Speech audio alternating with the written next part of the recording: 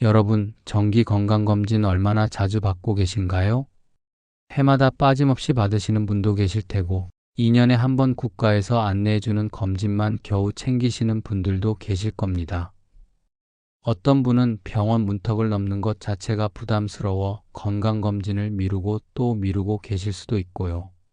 그런데 혹시 이런 생각해 보신 적 있으신가요? 내가 지금 받고 있는 이 건강검진이 정말 나를 위한 걸까? 혹시 그동안 너무 무심하게 혹은 너무 맹목적으로 검진을 받아왔던 건 아닐까?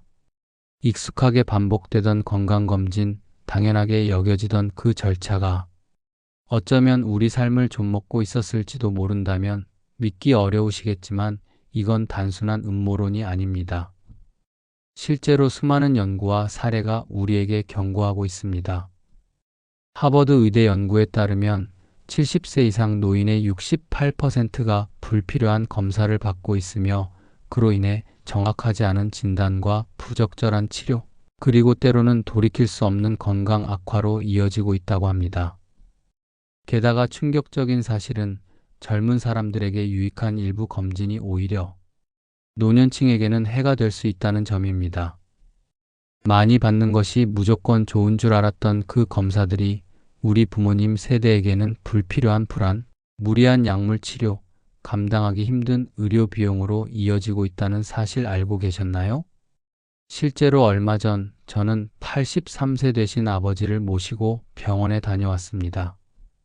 평소처럼 건강검진을 받았는데 일부 수치가 기준치를 살짝 넘었다는 이유로 추가 검사를 권유받았습니다. 물론 걱정이 됐죠. 혹시 무슨 큰 문제가 있는 건 아닐까 싶어서요. 그런데 그때 의사 선생님이 조심스럽게 이런 말씀을 하셨습니다.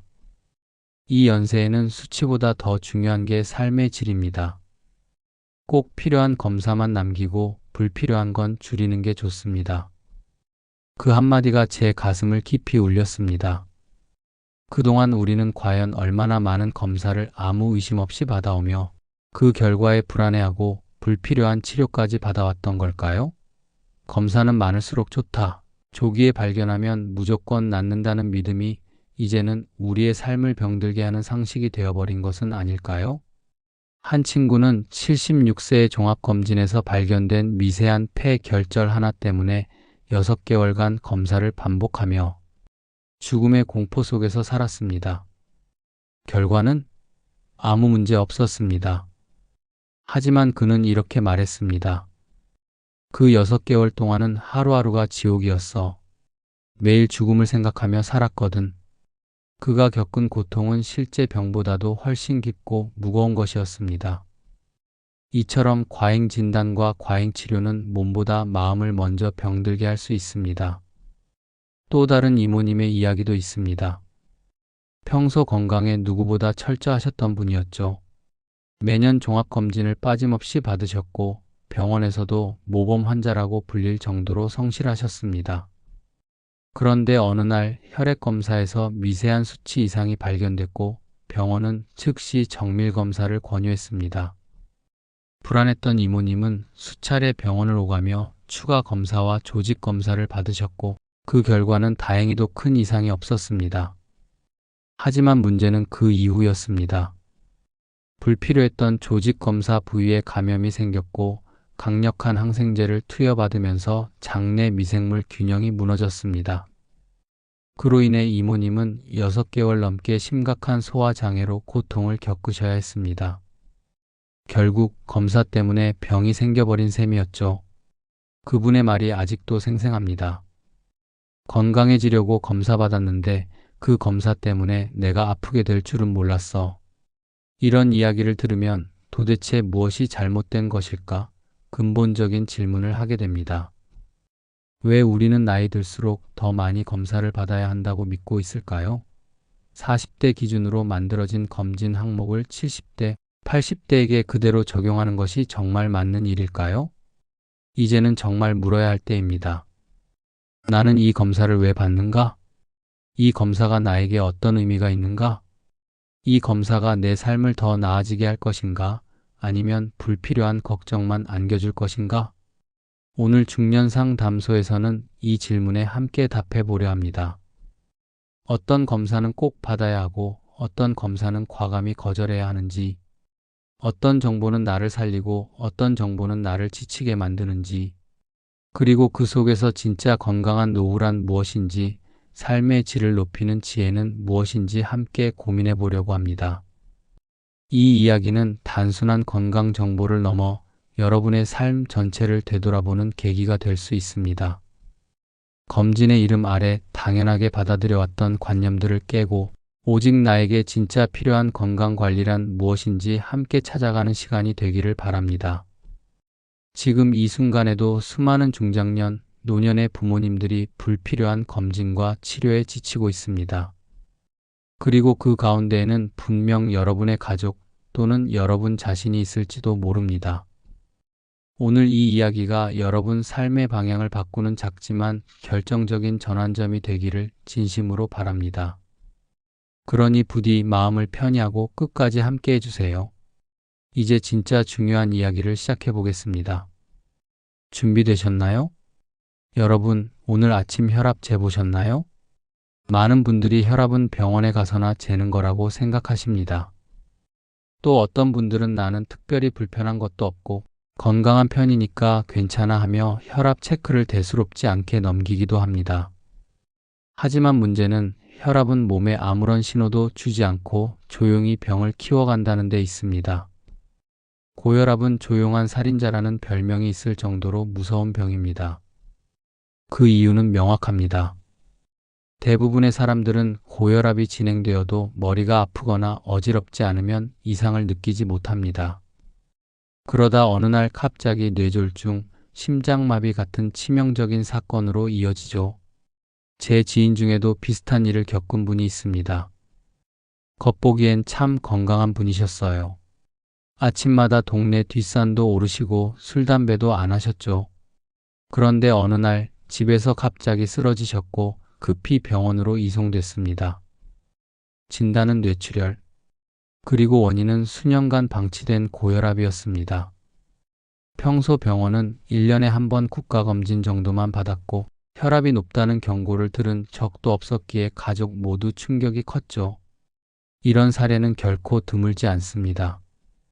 우리 주변에도 혈압이 높다는 걸 모르고 살아가거나 알고 있어도 약 먹는 건 좀 무섭다, 운동하면 되겠지 하고 넘기는 분들이 많습니다. 그런데 한번 쓰러지고 나면 회복이 쉽지 않습니다. 마비, 언어장애, 인지기능 저하 같은 후유증으로 남은 인생이 완전히 달라지기도 하죠. 그래서 저는 부모님께 꼭 강조드리는 것이 있습니다. 혈압만큼은 매일 확인하자. 이 작은 실천이야말로 노년기 건강의 첫 번째 수문장 역할을 합니다. 아버지께는 자동 혈압계를 사드렸고 처음엔 귀찮다, 그런 건 병원에서나 하는 거지 하시던 분이 지금은 아침마다 숫자를 보며 하루 컨디션을 가늠하십니다. 오늘은 126에 78이네. 어제보다 조금 낮아졌구먼. 소금 덜 넣고 된장국 끓이니까 확실히 차이가 있네. 하루하루 자신의 몸을 수치로 들여다보는 습관이 생기고 나니 식습관도 자연스럽게 조절하시고 스트레칭이나 산책 같은 가벼운 운동도 스스로 챙기시게 되었습니다. 그 작은 숫자가 일상의 건강을 바꾸는 지표가 된 것입니다. 여러분, 혈압은 단순히 정상, 비정상으로 나눌 수 있는 것이 아닙니다. 매일의 생활 습관, 전날의 식사, 잠을 잔 시간, 스트레스 상황에 따라 변동폭이 큽니다. 따라서 병원에서 한두 번 재는 것으로는 부족하고 집에서 꾸준히 혈압 패턴을 기록하는 것이 훨씬 더 정확한 건강 관리가 될 수 있습니다. 특히 60대 이후에는 신체의 자연스러운 노화로 인해 혈관이 탄력을 잃기 시작합니다. 혈압이 오르는 것은 당연한 생리적 변화일 수도 있지만 그 수치를 얼마나 잘 조절하느냐에 따라 미래의 건강 상태가 극명하게 갈립니다. 이제는 병원에 의존하는 시대가 아닙니다. 건강을 병원에서 관리하는 시대에서 집에서 예방하는 시대로 바뀌고 있는 것이죠. 자동 혈압계는 요즘 아주 다양한 모델이 나와 있어서 한 손으로 간편하게 측정하고 스마트폰 앱으로 연동해 기록을 관리할 수도 있습니다. 고혈압 진단을 받으신 분이라면 아침과 저녁 2번 그렇지 않더라도 하루 한 번 일정한 시간대에 측정하는 습관을 추천드립니다. 물론 숫자에 너무 예민해질 필요는 없습니다. 일시적으로 높을 수도 있고 감정이나 긴장 상태에 따라도 수치가 달라지니까요. 하지만 일정한 흐름을 기록하며 내 몸의 반응을 이해하는 것, 그것이야말로 진정한 건강 관리의 시작입니다. 그리고 무엇보다도 고혈압은 조기 발견만 된다면 약물 없이도 식습관, 운동, 스트레스 관리만으로 충분히 조절할 수 있습니다. 자신에게 맞는 혈압 기준을 이해하고 불필요한 불안 대신 이 정도면 괜찮아 하는 건강한 자율감을 회복하는 것이 중요합니다. 여러분, 이 영상이 끝난 뒤에 딱 1분만 시간을 내어보세요. 혈압계를 꺼내 측정해 보시고 수치를 메모해 두세요. 그 숫자 하나가 여러분의 오늘 그리고 앞으로의 10년을 바꿔줄지도 모릅니다. 건강은 병이 생기기 전에 지키는 것이 가장 현명한 방법입니다. 그 시작, 바로 혈압입니다. 혈압처럼 또 하나 조용히 다가오는 질병이 있습니다. 겉으론 아무렇지 않지만 몸 안에서 천천히 그리고 치명적으로 퍼져가는 병.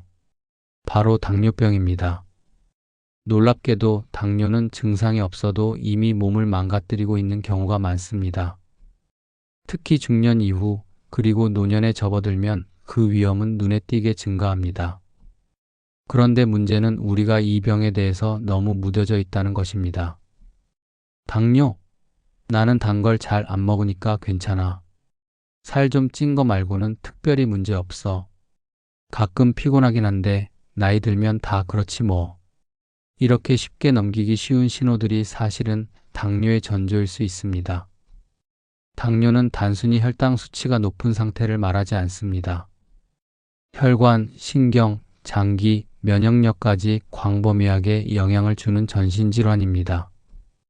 게다가 일단 합병증이 시작되면 시력 저하, 신장 기능 저하, 발 감각 소실, 뇌졸중, 심장 질환으로 이어질 수 있고 상처 하나가 낫지 않아 절단까지 가는 경우도 있습니다. 하지만 이런 무서운 질병임에도 불구하고 정작 많은 사람들이 자신이 당뇨인 줄도 모르고 살아갑니다. 실제로 국내 65세 이상 인구 중 약 30%가 당뇨를 앓고 있으며 그중 절반 가까이는 진단조차 받지 않은 상태라는 통계도 있습니다. 즉, 조용히 진행되는 당뇨가 우리 부모님 또는 바로 우리 자신에게 이미 시작됐을 수도 있다는 이야기입니다. 저희 이웃 김 할아버지 이야기를 들려드릴게요. 75세 생신 즈음에 자녀들의 권유로 종합검진을 받으셨고 그 결과 공복 혈당 수치가 135mg/dl, 당화혈색소는 7.1로 당뇨 진단을 받으셨습니다. 그냥 좀 피곤한 거 말고는 특별히 불편한 게 없었는데 당뇨라고 하니 깜짝 놀랐지. 약 먹어야 하나, 주사 맞아야 하나 걱정도 되고. 하지만 의사 선생님은 단호히 말씀하셨습니다. 지금 발견한 건 정말 다행입니다. 이 시기라면 약 없이도 관리 가능합니다. 무리하지 마시고 매일 30분만 걸으세요. 식사만 조금 조절해도 충분합니다. 그 후 김 할아버지는 매일 새벽 동네 공원을 30분씩 걷는 루틴을 만들었습니다. 밥은 평소보다 23숟갈 덜 드시고 간식은 과일로 바꾸셨죠. 6개월 뒤 다시 검사를 받았을 때 당화혈색소 수치는 6.3으로 낮아졌고 의사 선생님도 약 없이도 아주 잘 관리되고 있다고 칭찬하셨습니다. 할아버지가 그러셨어요. 당뇨 진단 받고 나니까 내 몸이 경고해 준 것 같았어. 이제는 걷는 게 습관이 돼서 오히려 기분도 상쾌해. 무섭기만 한 병인 줄 알았는데 관리하면 이렇게 변할 수도 있는 거구나 싶더라고. 당뇨는 한 번 걸리면 끝이다. 약 없이는 못 산다는 공포감이 강한 병이지만 실상은 그렇지 않습니다. 조기 진단과 생활 습관 개선만으로 충분히 조절 가능한 질환입니다. 특히 중장년층, 노년기에는 다음과 같은 기준으로 검사를 받아보는 것이 좋습니다. 공복 혈당 검사 아침에 아무것도 먹지 않은 상태에서 혈당을 측정합니다. 126mg/dl 이상이면 당뇨 진단을 의심할 수 있습니다. 당화혈색소 검사 HbA1c 최근 23개월간의 평균 혈당 상태를 알려주는 검사로 6.5% 이상이면 당뇨로 진단합니다. 이 두 가지 검사는 간단한 혈액 검사로 확인할 수 있으며 보건소나 일반 병의원에서도 어렵지 않게 받을 수 있습니다. 당뇨가 특히 무서운 이유는 합병증이 생기기 전까지는 거의 증상이 없다는 것입니다. 그렇기 때문에 정기적인 검사가 절대적으로 필요합니다. 게다가 당뇨는 삶의 질에 직접적인 영향을 미치는 질환이기도 합니다. 당 떨어지는 느낌, 잦은 피로감, 집중력 저하, 시력 문제, 야뇨, 손발 저림. 이런 증상들이 반복되면 외출도 줄고 사람도 덜 만나게 되고 삶이 점점 움츠러들게 되죠. 하지만 반대로 생각해보면 당뇨를 잘 관리한다는 것은 삶의 활력을 되찾는 일이기도 합니다. 신체가 안정되면 기분도 좋아지고 에너지도 생깁니다. 당뇨를 병으로만 받아들이는 게 아니라 삶을 정돈하는 계기로 삼는 것도 좋은 접근입니다. 여러분, 당뇨는 무섭지만 미리 알고 일찍 대처하면 결코 두려운 병이 아닙니다. 중년 이후의 건강은 단순히 병을 피하는 것이 아니라 지금의 몸 상태를 정확히 알고 조절하는 지혜에서 시작됩니다. 당뇨 검사는 그 지혜의 출발선입니다. 아직 해보지 않으셨다면 이번 주 안에 꼭 가까운 병원이나 보건소에서 혈당 검사를 받아보세요. 그 한 번의 선택이 앞으로의 10년, 20년을 훨씬 가볍고 건강하게 만들어줄 수 있습니다. 그리고 가장 중요한 건 약이 아니라 내 의지가 이 병을 조절하는 열쇠라는 사실입니다. 걷기, 식단 조절, 스트레스 관리. 그 어떤 병원 치료보다도 강력한 힘이 바로 여러분 안에 있다는 걸 꼭 기억해 주세요. 혹시 여러분 주변에 그냥 가볍게 넘어진 건데 뼈가 부러졌대. 이런 이야기 들어보신 적 있으신가요? 노년기에 접어든 많은 분들이 단순한 미끄러짐, 살짝 엉덩방아 찍은 정도의 충격으로도 골절을 입고 그 골절이 장기적인 침상 생활이나 갑작스러운 건강 악화로 이어지는 경우가 적지 않습니다. 실제로 70대 이상 고령자에게 있어 엉덩이 뼈 골절고관절 골절은 건강 수명을 단축시키는 대표적 전환점으로 꼽힙니다. 그만큼 뼈 건강은 노년기의 삶의 질과 직결되는 문제입니다. 그 중심에 있는 검사가 바로 골밀도 검사입니다. 골밀도는 말 그대로 뼈가 얼마나 튼튼하고 단단한지를 측정하는 수치인데요. 나이가 들수록 뼈 속의 칼슘과 단백질이 빠져나가면서 뼈는 점점 가벼워지고 약해지고 속이 텅 빈 구조 골다공증로 바뀌게 됩니다. 그런데 뼈는 아프지 않습니다. 부러지기 전까진 대부분 아무런 신호를 주지 않죠. 그래서 많은 분들이 골다공증을 늦게 발견하게 됩니다. 조용한 병, 그리고 일단 시작되면 되돌리기 어려운 병이라는 점에서 고혈압, 당뇨와 더불어 노년기 3대 만성 질환 중 하나로 꼽히기도 합니다. 제 어머니도 예외는 아니었습니다. 67세 폐경 이후 점점 허리가 굽어지고 어깨가 자주 결린다고 하셔서 병원에 모시고 갔습니다. 단순 근육통일 거라 생각했는데 골밀도 검사 결과는 심한 골다공증. 의사 선생님 말씀은 이랬습니다. 지금 상태로는 낙상 한 번에 척추 골절이 올 수 있습니다. 일단 뼈 건강 회복부터 시작하셔야 해요. 그때부터 어머니는 칼슘, 비타민 D 보충제를 꾸준히 드시고 실내 자전거 운동, 가벼운 체중 부하 운동, 그리고 식단 조절을 병행하셨습니다. 처음엔 번거롭고 낯설어 하셨지만 1년 후 재검사에서 골밀도 수치가 조금 개선되자 스스로 의욕을 갖고 건강관리를 이어가셨고 지금은 78세에도 똑바로 서서 계단도 힘있게 오르내리시는 모습을 보여주십니다. 사실 많은 분들이 골다공증은 여성들만의 문제라고 생각하십니다. 특히 폐경 후 여성에게 급격히 진행되는 것은 맞지만 남성에게도 골다공증은 결코 예외가 아닙니다. 운동량이 줄고 흡연 음주 습관이 오래된 남성분들은 60대 후반부터 뼈 밀도가 빠르게 떨어지기도 합니다. 그럼에도 불구하고 남성의 골다공증 진단율은 여전히 매우 낮습니다. 검사를 받지 않기 때문이죠. 또 하나 무시할 수 없는 게 바로 낙상의 위험성입니다. 나이가 들수록 균형 감각이 약해지고 반응 속도도 느려지며 작은 카펫 턱 하나, 욕실의 물기 하나에도 쉽게 넘어질 수 있습니다. 그리고 그 한 번의 낙상으로 인해 고관절 골절, 척추 압박 골절, 팔손목 골절이 생기면 그때부터는 움직임이 제한되고 침대에서 생활하는 시간이 늘며 근육도 빠르게 줄어들게 됩니다. 그 결과 거동 불편, 외출 감소, 사회적 고립, 우울증, 전신 건강 저하, 이런 악순환의 고리에 빠질 수 있는 겁니다. 그렇다면 골밀도 검사는 어떻게 받을 수 있을까요?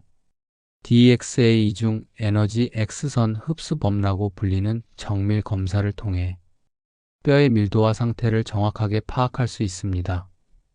65세 이상 여성, 70세 이상 남성은 특별한 증상이 없더라도 12년에 한 번씩 검사를 받는 것이 권장됩니다.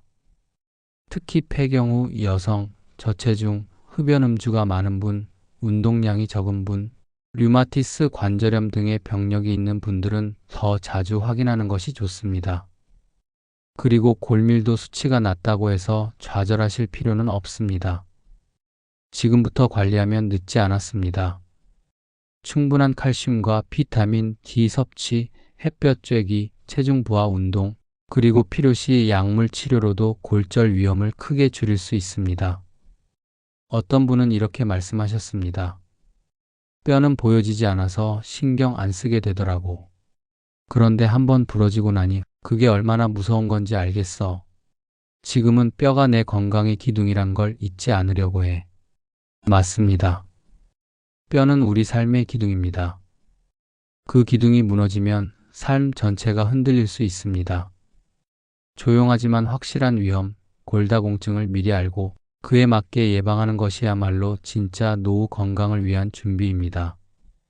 이 영상이 끝난 후 가장 가까운 병원이나 보건소에 전화해 골밀도 검사 예약이 가능한가요? 그 한마디로 앞으로의 인생이 바뀔 수도 있습니다. 당신의 등뼈는 아직도 충분히 튼튼할 수 있습니다. 지금이 바로 그 기둥을 다시 세울 시간입니다. 여러분, 요즘 책이나 스마트폰 글씨가 잘 안 보이진 않으세요? 혹시 가족들과 대화를 나눌 때 뭐라고? 좀 크게 말해봐. 이렇게 되묻는 일이 늘어나셨다면 지금 이 순간 가장 먼저 점검해 봐야 할 것은 시력과 청력입니다. 시청자 여러분, 우리는 나이가 들수록 자연스럽게 눈과 귀가 약해진다는 걸 잘 알고 있습니다. 하지만 문제는 그 변화가 너무 천천히, 너무 조용히 진행되기 때문에 대부분의 사람들이 그 심각성을 제대로 인식하지 못한 채 살아간다는 데 있습니다. 처음엔 단순한 노안인 줄로만 알고 있던 시력 저하가 백내장, 녹내장, 황반변성 같은 심각한 안질환으로 이어질 수도 있고 청력 감퇴 역시 단순한 노화의 한 현상으로만 치부하다 보면 소통 단절, 우울증, 심지어 치매 위험 증가로 이어질 수 있다는 사실 알고 계셨나요? 세계보건기구 WHO에 따르면 노인성 청력 손실은 치매와 우울증의 주요 위험 요인 중 하나로 꼽힙니다. 한 연구에선 경도 청력 손실이 있는 사람은 그렇지 않은 사람보다 치매 위험이 2배, 중등도는 3배, 고도 손실은 5배나 높다는 결과도 나왔습니다. 왜일까요? 이유는 간단합니다. 귀가 들리지 않으면 자연스럽게 사람들과의 대화가 줄고 대화가 줄면 뇌의 언어 영역과 사회적 연결감이 약화되며 그 결과 인지 기능 저하가 가속화되기 때문입니다. 제 삼촌이 그랬습니다. 75세 무렵부터 가족들의 말을 자주 되묻기 시작했고 처음엔 단순히 TV 볼륨을 조금 크게 하시는 정도였습니다.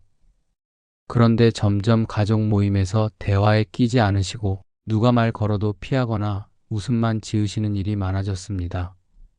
처음엔 삼촌이 좀 조용해지셨네 싶었는데 사실은 대화 내용을 잘 못 알아들어서 그랬던 겁니다. 이후 청력 검사를 받았고 중등도 난청 진단을 받으셨습니다. 보청기를 착용하신 후 표정이 바뀌고 다시 농담도 하시고 대화에 먼저 끼어드는 모습을 보면서 우리 가족 모두 소리가 삶의 생기였다는 걸 새삼 실감하게 됐습니다. 시력도 마찬가지입니다. 노안이 오기 시작하면서 책을 멀리 봐야 하고 밤에는 운전이 불안해지고 밝은 햇빛 아래선 눈이 부시고 그런 변화가 서서히 찾아오면 대수롭지 않게 여기게 됩니다. 그러다 어느 날 문턱에 걸려 넘어지고 계단에서 헛디뎌 부상을 입고 나서야 내 눈이 예전 같지 않구나 하고 깨닫게 되는 거죠. 특히 백내장은 60대 이상 인구의 절반, 70대 이상의 80%가 겪는 흔한 질환입니다. 천천히 진행되기에 그냥 좀 뿌연내 정도로 넘기기 쉽지만 제때 발견하고 수술하면 시력을 거의 정상 수준으로 회복할 수 있습니다. 반면 방치하게 되면 시야가 좁아지고 빛에 민감해지며 일상생활에 큰 제약이 따르게 됩니다. 그렇다면 시력 청력 검사는 어떻게 해야 할까요? 시력 검사는 정기 안과 검진을 통해 안아반저 촬영, 시야 검사, 망막 상태 등을 확인하는 방식으로 진행됩니다. 특히 녹내장이나 황반변성은 초기 증상이 거의 없지만 실명을 유발할 수 있기 때문에 12년에 한 번씩 정기 안과 검진을 받는 것이 매우 중요합니다. 청력 검사는 이비인후과에서 순음 청력 검사, 어음 명료도 검사 등을 통해 현재의 청력 수준을 정밀하게 확인할 수 있습니다. 간단한 선별 검사는 보건소나 보건지소에서도 가능하니 일단 체크해보고 필요한 경우 보청기 착용 등을 검토해 볼 수 있습니다. 그리고 시력과 청력 저하는 단지 감각의 문제가 아닙니다. 사회적 연결을 지키기 위한 중요한 열쇠입니다. 사람들과 소통하고 정보를 주고받고 상황을 판단하는데 눈과 귀는 우리가 생각하는 것보다 훨씬 더 큰 영향을 미치고 있습니다. 한 어르신이 이렇게 말씀하신 적이 있어요. 보청기 착용한 뒤에 제일 먼저 바뀐 게 뭔지 알아요? 손주가 제 얘기에 웃더라고요. 예전엔 내가 하는 말을 잘 못 들으니까 반응이 없었는데 이젠 내가 말하면 아이들이 대답을 해줘. 그게 그렇게 기쁘더라고. 작은 장치 하나로 다시 회복된 관계와 소통의 기쁨. 그게 바로 청력 검사의 의미입니다. 그리고 시력, 청력 모두 건강보험이 적용되는 범위 내에서 충분히 관리가 가능합니다. 조금만 관심을 기울이면 큰 비용 없이도 충분히 예방하고 개선할 수 있습니다. 여러분, 눈은 세상을 보고 귀는 세상과 연결되는 창입니다. 이 두 감각이 흐릿해지기 시작하면 몸보다 먼저 삶이 침묵 속으로 들어가기 시작합니다. 지금이 바로 그 문을 열고 다시 세상을 선명하게 바라볼 수 있는 기회를 만드는 시간입니다. 시력과 청력, 한 번만 제대로 점검해도 노후의 삶의 질은 완전히 달라질 수 있습니다. 그 시작을 이번 영상이 계기가 되었으면 좋겠습니다. 여러분, 혹시 요즘 이유 없이 피곤하거나 아무 일도 없는데 자꾸 짜증이 나고 기분이 가라앉아 무기력하게 하루를 보내고 있진 않으세요? 혹은 잠이 잘 오지 않거나 잠에서 깨도 개운하지 않고 예전처럼 즐겁던 일들이 이제는 별 감흥 없이 느껴진다면 지금 이 순간 우리가 꼭 점검해야 할 건강 항목이 있습니다. 바로 우울증입니다. 중장년기 이후의 우울감은 종종 나이 드니까 그렇지 기운이 없고 무기력한 건 당연한 일로 여겨지곤 합니다. 심지어 본인도 우울증이라는 생각 자체를 하지 못하는 경우가 많습니다. 하지만 우리가 반드시 알아야 할 사실은 우울증은 나이와 상관없이 누구에게나 찾아올 수 있으며 치료가 가능한 질환이라는 점입니다. 무엇보다 무서운 건 이 병이 몸이 아니라 삶 전체의 빛을 꺼트릴 수 있다는 것이죠. 저희 어머니도 그랬습니다. 아버지께서 돌아가신 뒤부터 밤에 잠을 잘 이루지 못하시고 식욕도 줄고 텔레비전도 잘 안 보시고 예전에는 활짝 웃던 얼굴의 표정이 점점 사라져갔습니다. 처음엔 저희도 시간이 지나면 괜찮아지시겠지 하고 생각했어요. 그런데 몇 달이 지나도 상태가 나아지지 않자 지인의 권유로 가까운 정신건강복지센터에서 우울 선별 검사를 받아보았고 결과는 중등도 우울증. 그때 담당 상담사 선생님이 조용히 말씀하셨어요. 이건 너무나 자연스러운 반응이지만 이대로 두면 마음이 더 깊이 잠기게 됩니다. 지금이 바로 손을 내밀 수 있는 가장 좋은 시기입니다. 그날 이후 어머니는 주 1회 상담을 받으셨고 가벼운 약물 치료와 정서 회복 프로그램을 병행하면서 조금씩 다시 삶의 리듬을 되찾기 시작하셨습니다. 불면도 줄고 산책을 나가려는 의지도 생기고 무엇보다 스스로 다시 웃으시기 시작했을 때 저희 가족 모두 안도의 한숨을 내쉴 수 있었습니다. 많은 분들이 우울증을 단순한 기분 문제로 오해합니다. 하지만 실제 우울증은 뇌의 화학적 균형이 무너진 상태이며 그로 인해 판단력, 의욕, 감정 조절 능력에 이상이 생기고 심하면 자살 사고, 인지기능 저하, 신체 증상 악화로 이어질 수 있습니다. 특히 70대 이후의 우울증은 치매 초기 증상과 매우 비슷하게 나타나기 때문에 정확한 검진과 진단이 필수적입니다.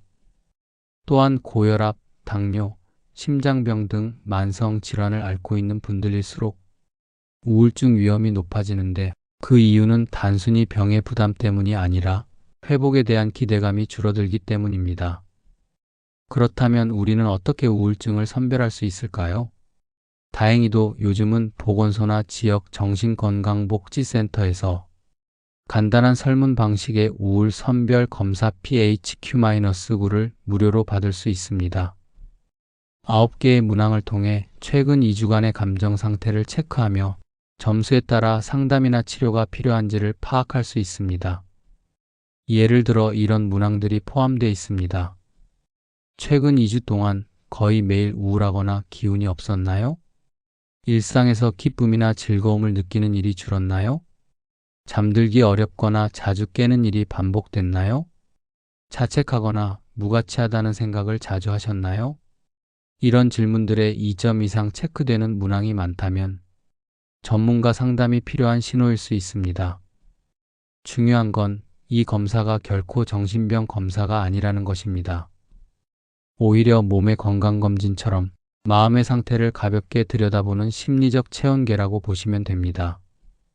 그리고 진단을 받았다고 해서 꼭 약을 먹거나 병원에 입원해야 하는 것도 아닙니다. 많은 경우 정서적 지지, 대화, 생활 리듬 회복만으로도 충분히 호전될 수 있습니다. 저희 어머니도 그랬습니다. 상담을 통해 자신이 겪는 감정에 이름을 붙이고 그 감정이 잘못된 게 아니라 너무나 자연스러운 것이라는 걸 알게 되면서 비로소 스스로에게 너그러워지는 연습을 하게 되셨습니다. 그 이후 작은 변화들이 일어났습니다. 새벽에 눈을 뜨면 찬물로 세수를 하시고 짧은 산책을 다녀오고 가끔은 마음이 무거운 날이면 오늘은 좀 가라앉네, 괜찮아 하고 스스로를 다독이는 여유도 생겼습니다. 여러분, 우울증은 단순히 슬픈 마음이 아닙니다. 그리고 절대 혼자서만 겪는 병도 아닙니다. 노년기의 우울감은 누구에게나 찾아올 수 있고 그 마음을 조용히 살펴보고 손을 내밀면 충분히 이겨낼 수 있는 질환입니다. 혹시 지금 이 영상을 보고 계신 당신이 또는 당신의 부모님이 최근 들어 이유 없이 기운이 없고 잠이 오지 않으며 살아가는 의미를 찾기 어려워하고 있다면 부디 이 검사를 미뤄두지 마세요. 우울증 검진은 단 한 번의 설문으로 삶의 방향을 다시 돌릴 수 있는 기회가 될 수 있습니다. 그리고 그 기회는 당신의 삶을 다시 온기와 색깔로 채워주는 시작점이 될 수 있습니다. 여러분, 오늘 우리는 건강검진이라는 너무나 익숙한 단어를 새롭게 바라보는 시간을 가졌습니다. 건강을 챙기기 위한 의무처럼, 때론 습관처럼, 혹은 불안 때문에 받아왔던 그 수많은 검진들. 그 안에는 분명 우리를 위한 진심도 있었지만 어쩌면 무의식적으로 따라온 사회적 통념과 두려움도 함께 있었는지 모릅니다. 젊었을 땐 건강검진이 질병을 조기에 발견하고 빨리 치료하는 것이 목적이었지만 노년기, 인생의 후반전에 들어선 우리에게 건강검진은 전혀 다른 의미가 됩니다. 이제는 더 이상 병을 피하기 위해 전쟁하듯 살 필요가 없습니다. 그보다 더 중요한 건 나에게 꼭 필요한 것을 알고 덜어낼 것은 덜어내고 남은 시간을 더 나답게, 더 건강하게 살아가는 선택을 하는 것입니다. 검사는 많을수록 좋다? 그 믿음이 오히려 내 삶을 불안과 과잉 치료로 몰아넣고 있진 않았는지 오늘 우리는 진지하게 되돌아보았습니다. 지금 내 몸에 꼭 필요한 검사, 내 가족력과 생활 습관, 질병 이력에 맞는 맞춤형 검진은 무엇인지 그걸 직접 묻고 선택하고 주도할 수 있을 때 비로소 건강한 노년의 삶을 위한 첫걸음이 시작됩니다. 우리는 이 여정을 통해 5가지 핵심 검진을 짚어보았습니다. 혈압, 매일 1분의 습관으로 뇌졸중과 심장질환을 막는 지혜. 당뇨, 조기 진단만으로 삶의 방향을 바꿀 수 있는 조용한 경고. 골밀도, 뼈의 건강이 삶의 기둥임을 되새기게 하는 예방의 힘. 시력과 청력, 삶의 감각과 사람과의 연결을 지켜주는 통로. 우울증, 외로운 마음을 외면하지 않고 삶의 빛을 되찾는 용기. 이 모든 항목은 단순히 질병 여부를 가리기 위한 것이 아니라 우리 삶의 리듬을 조율하고 내가 진짜로 원하는 삶의 형태를 되찾기 위한 선택입니다. 우리는 너무 오랫동안 어떻게 오래 살까를 고민해 왔습니다. 하지만 지금 우리가 더 고민해야 할 건 어떻게 잘 살 것인가? 무엇이 내 삶을 더 나답게 만드는가 아닐까요? 의사 선생님의 처방만큼 중요한 건 나 자신에 대한 이해입니다. 병원에서의 수치도 중요하지만 내가 오늘 아침 어떤 기분으로 일어났는지, 무엇을 먹었고 누구와 대화를 나눴는지 그 사소해 보이는 일상의 조각들이 오히려 나를 지켜주는 가장 큰 힘이 됩니다. 건강은 병원에만 맡겨서는 안 됩니다. 그리고 숫자만으론 설명되지 않는 것이기도 합니다. 내가 좋아하는 일을 할 수 있는 힘, 가족과 함께 웃으며 밥을 먹을 수 있는 여유, 가끔은 아무 이유 없이 산책하고 싶은 마음, 그 모든 것이 우리가 지켜야 할 진짜 건강입니다. 중년 상담소 마무리 멘트. 오늘도 중년 상담소의 이야기에 귀 기울여 주셔서 감사합니다. 우리는 단지 질병에 대한 정보를 나누는 것이 아닙니다. 여러분의 인생 후반전이 조금 더 따뜻하고 조금 더 단단하게 채워질 수 있도록 삶의 방향을 함께 고민하고 함께 걸어가려 합니다. 혹시 오늘의 이야기가 마음에 와닿으셨다면 여러분이 사랑하는 부모님께, 배우자에게, 친구에게 이야기를 나눠보세요. 그리고 무엇보다 지금의 나에게 이렇게 다정하게 말해주세요. 괜찮아. 지금부터라도 나를 더 잘 돌봐줄 거야. 건강은 숫자가 아니라 삶의 태도입니다. 중년 상담소는 언제나 여러분 곁에서 그 삶의 태도를 지켜내는 이야기를 전하겠습니다. 다음 시간에도 다시 찾아뵐게요. 늘 평안하시길 바랍니다.